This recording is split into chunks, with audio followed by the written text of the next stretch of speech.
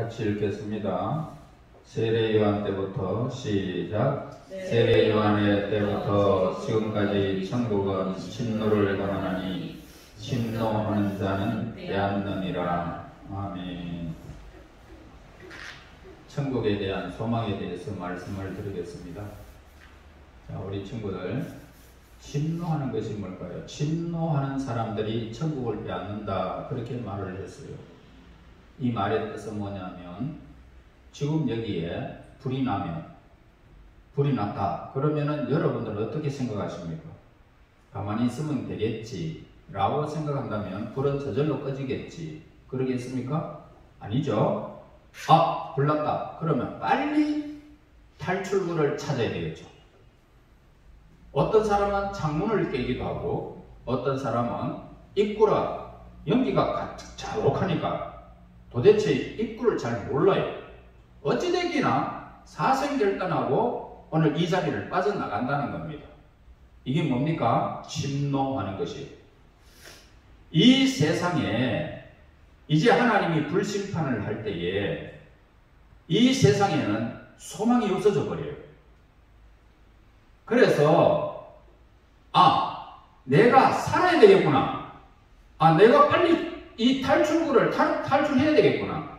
이 세상은 다 끝나고 육체는 사라질 낀데 이제 하나님께서 새하늘과 새 땅을 창조했다는 것을 내가 믿고 예수님을 따라서 믿기로 작정하는 거예요. 그러면 어려움이 아무리 연기같이 어려움이 우리에게 있어도 떨고 나가는 거예요. 예수님을 향하여. 천국 가는 길이 바로 그런 거예요. 사생결단하는 것이 바로 진노하는 거예요. 이 세상이 아무리 어려워도 내 생명과 바꿀 수가 없지 않아요. 그래서 이 세상에 아무리 즐거움이 있어도 천국과 비교할 수가 없습니다. 우리는 영원한 존재예요. 초대교회에 엄마와 아들이 잡혀오게 됩니다. 그런데 그 엄마와 아들이 교회, 예수님을 믿다가 잡혀왔죠.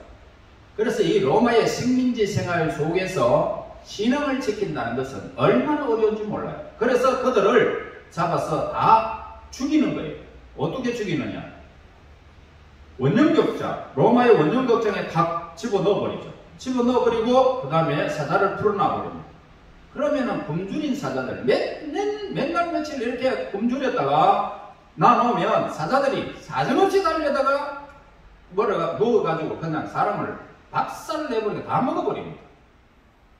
자, 이런 사자들 앞에 그 소녀는 엄마나 무서워하고 엄마 품에 꽉 안깁니다. 그러면서 엄마가 하는 말이 뭐냐? 얘야, 눈을 꼭 감고 있거라. 눈을 꼭 감고 있거라.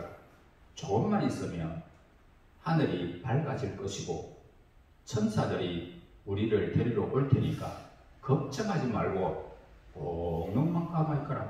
그렇게 부둥켜 안고 있는 그 순간에 사자들이 와서 덥석 물고 다 그냥 아강가가가 다 먹어버립니다.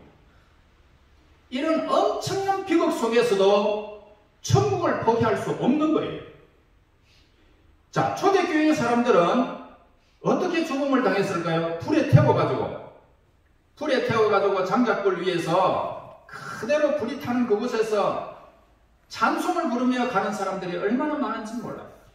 그리고 위에서부터 톱으로 그냥 쫙 켜가지고 그냥 사람을 죽여버립니다.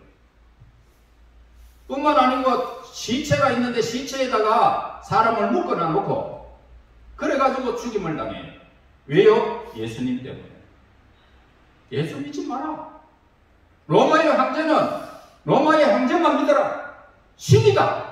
사람이 신이다라고 그렇게 하면서 예수를 믿지 말라고 합니다. 그러나 우리는 이 세상에서 살아가는 것이, 이 세상에 보이는 것은 잠깐이기 때문에 그 사람들은 모두가 이렇게 순교를 했던 것입니다. 이것이 진노하는 거예요.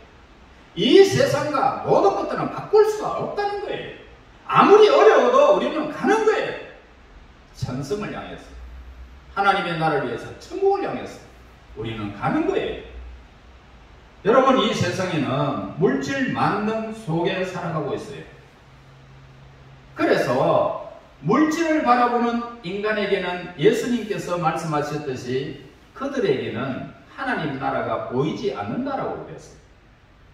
그래서 이 세상에서 물질을 향해서 가는 사람들은 하나님의 나라가 보이지 않기 때문에 그들은 먹자, 즐기자, 마시자, 행복하게 누리자 그러면서 이 세상 것을 위하여 살아가는 거예요.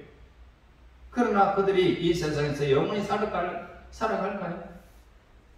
살아갈 수가 없어요. 아무것도 가져갈 수가 없어요. 아무리 돈이 많으면 뭐해요? 이 세상에 가져갈 것이 없는데. 그런데 그걸 위해서 일평생토록 하나님의 나라를 준비하지 못한 채, 소망을 두지 못한 채 그냥 살아가는 거예요. 얼마나 불쌍한지 몰라요. 여러분, 우리는 이 세상에 어떠한 일이 있어도 천국을 포기하는 사람은 되지 말아야 되겠어요. 태어났으니 먹고 마시고 즐기자. 열심히 살면 갈 곳으로 가겠지. 이런 무책임한 말을 하면서 사람들은 태무심하고 살아가요.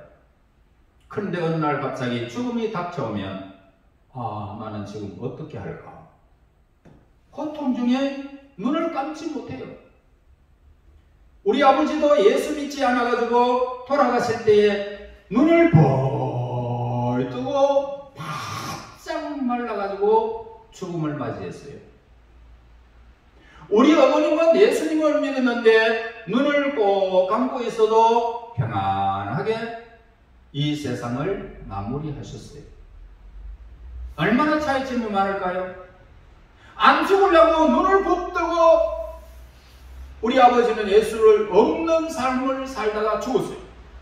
우리 어머님은 예수님을 믿고 평안하게 천사에 받들려 돌아가셨으니 평안하게 잠자듯이 돌아가셨어요.